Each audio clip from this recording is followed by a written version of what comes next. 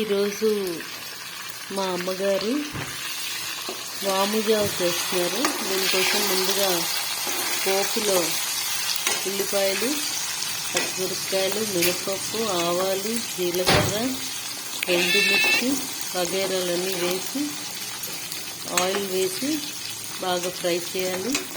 ముందుగా బియ్యాన్ని మిక్సీ పట్టుకొని ఒక తిప్పి నూకలాగా ముక్క చెక్క అయ్యాక దాన్ని ఒక 2 సార్లు కడిగి డస్ట్ లేకుండా వంపుకొని పక్కన పెట్టుకోవాలి. తర్వాత ఈ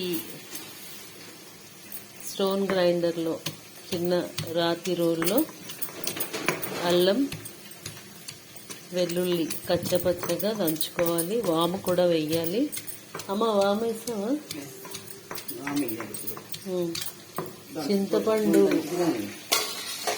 చింతపండుని మాత్రం చింతపండు నానబెట్టుకోవాలి. ముందుగా వాష్ చేసి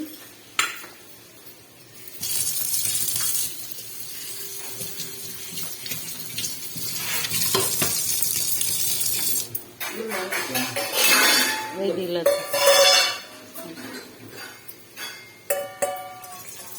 మేము బోర్ వాటర్ యూజ్ చేస్తామండి కుకింగ్కి. ఎందుకంటే మినరల్స్ అనేవి అన్నిటికీ మినరల్ వాటర్ వాడితే ఆర్ఓ వాటర్ మూలంగా యాక్వాగార్డ్ అయినా మనకేంటంటే దానిలో వచ్చే మినరల్స్ అన్నీ పోతాయి. అందుకని మేము మినరల్ వాటర్ వాడం. వాము వేయమ్మా ఒక ఇంచుమించుగా పిడికెడు వాముని 3 టేబుల్ స్పూన్స్ వాము వేయడం జరిగింది. తర్వాత లైట్గా దంచాలి, ఎక్కువ దంచకూడదు, ముక్క చెక్కలా దంచాలి. ఇది ఇప్పుడు పోపులో వేసి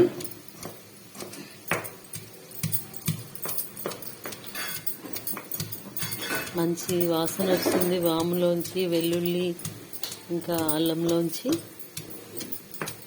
మా చాలా అయింది.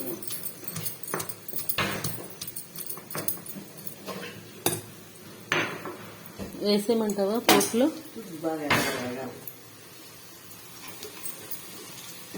కొంచెం మంట పెంచు, సిమ్లో ఉన్నట్టుంది.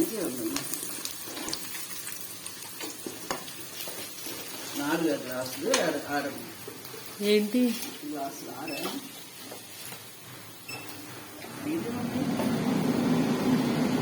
6 గ్లాసులు కదా? అయితే ఇంకోటి ఎక్కడో చూసి మిస్ అయ్యింది. ఇది బాగా వేసుకోవాలి. ఎర్రగా పోపు ఎర్రగా వేయకుండా ఈ ముక్క చెక్క చేసుకున్న ఈ వాము, అల్లం వెల్లుల్లి పేస్ట్, అల్లం వెల్లుల్లి ముక్కలు అన్నీ వేయాలి. అది ఎక్కువగా దంచకూడదు. ఇలా కనిపిస్తుంది కదా, ఇలా వేయాలి.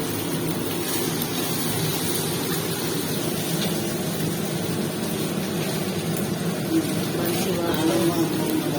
ఇది నానమ్మలు అమ్మమ్మల రెసిపీ.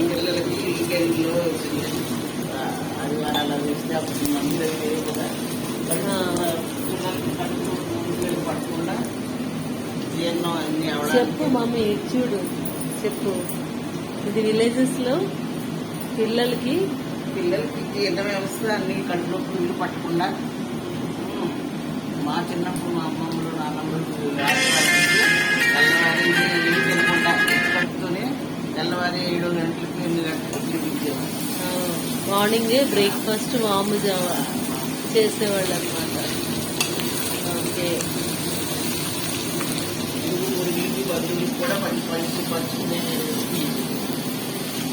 ఇరుగు పొరుగులకి బంధువులకి కూడా పంచుకునేవాళ్ళంట. పెద్ద డిష్ తో చేసి ఒక 3-4 కిలోస్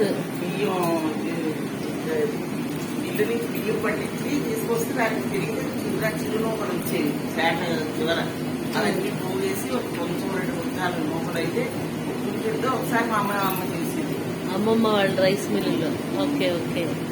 ఆ నూకలన్నీ అలా పోగేసి చెరిగి కడిగి రాయి రప్ప లేకుండా శుభ్రం చేసి చింతపండు బాగా తెగిలేక చింతపండు వేస్తాం కదా, ఇవి ముక్కలు వేసేసి ఆ. వేసి అంతంత నువ్వుల నూనె ఆ, అంటే నెయ్యి లేదంటే నువ్వుల నూనె ఇలా గుంట చేసుకుని కలుపు మధ్యన జావకి ఆ, దాని నిండా నువ్వుల నూనె వేసి ఉమ్.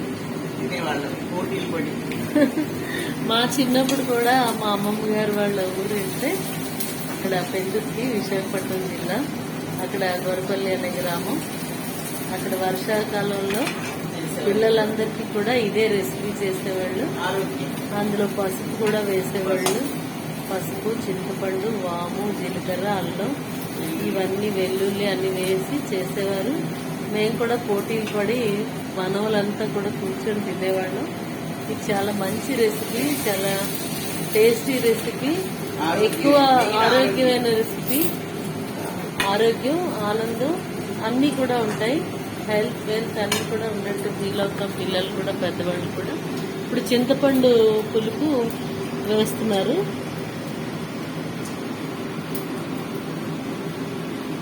అమ్మ పసుపు ఎప్పుడు వేయాలి?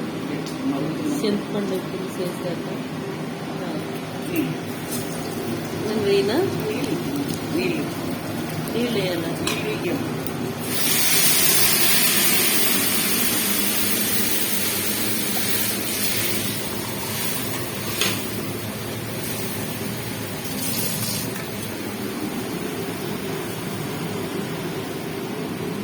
ఇంకా కావాలా?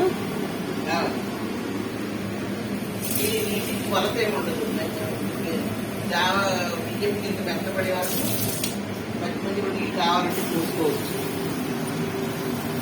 కొలత ఏముండదు.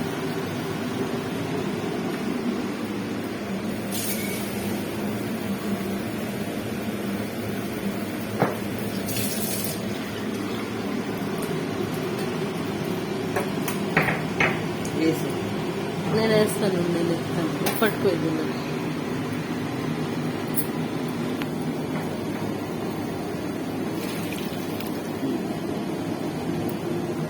ఈ వాటర్ కూడా అయినా వేసి కొంచెం ఇంకో గ్లాసు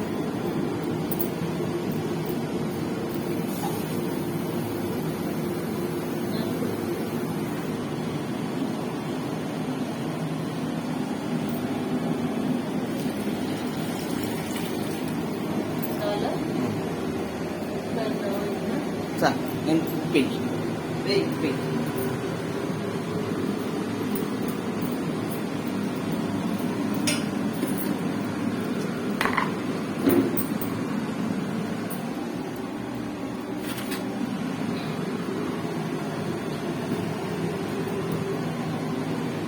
పసుపు వేయండి.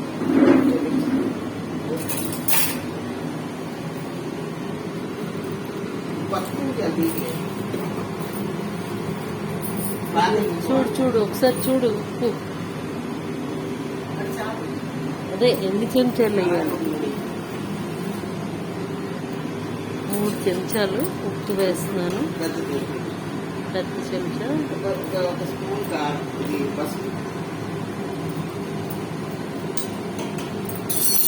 ఒక స్పూన్ పసుపు కూడా వేశారు. కొంచెం కూరకారం కొంచెం కూరకారం, వేరేగా ఆడించుకుంటారు. అన్ని మసాలాలు వేసి స్పైసెస్తో కలిసిన అన్నిటికీ కూరకారం అని ఇక్కడ మా ఉత్తరాంధ్ర జిల్లాలో, స్పెషల్గా విశాఖ జిల్లాలో ఆడిస్తాం, మరపట్టిస్తాం. సంవత్సరం అంతా కూడా నిల్వ పెట్టి ఉంచుకుంటాం. అది వేయడం జరిగింది. ఇప్పుడు ఎసరు మరుగుతుంది. అమ్మ ఈ బర్నర్ మీద పెడితే బాగుంటుంది. అమ్మ అమ్మ పక్కకి అదే అన్నాడు కదా తమ్ముడు, బరువు పెట్టి కాయ ముందు పెట్టుకోవాలమ్మా.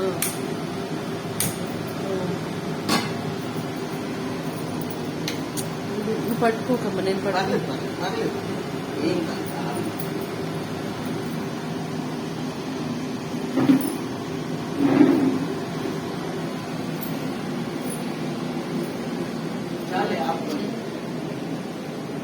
ఇప్పుడు ఇది బాగా ఎసరు మరిగాక దీనిలో ఈ నూకలు వేసి నూక ఉడికాక ఇంకా ఇంకా తినేయడమే. నీళ్ళు చాలేదంటే కొంచెం వాటర్ పోసుకుంటూ ఉండొచ్చు. నీళ్ళు చాలేదంటే వాటర్ యాడ్ చేసుకుంటూ వేడి నీళ్ళు మరగబెట్టి వాటర్ యాడ్ చేసుకుంటూ ఉండొచ్చు. Okay, bye, see you. ఏది ఆలోచించి వస్తాను. Like, share and subscribe. Shyam.